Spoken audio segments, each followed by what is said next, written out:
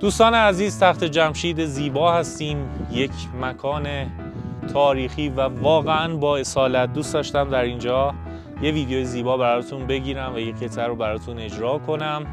تقدیم میکنم به روح پاک کوروش بزرگ و تمام ایرانیان داخل و خارج کشور.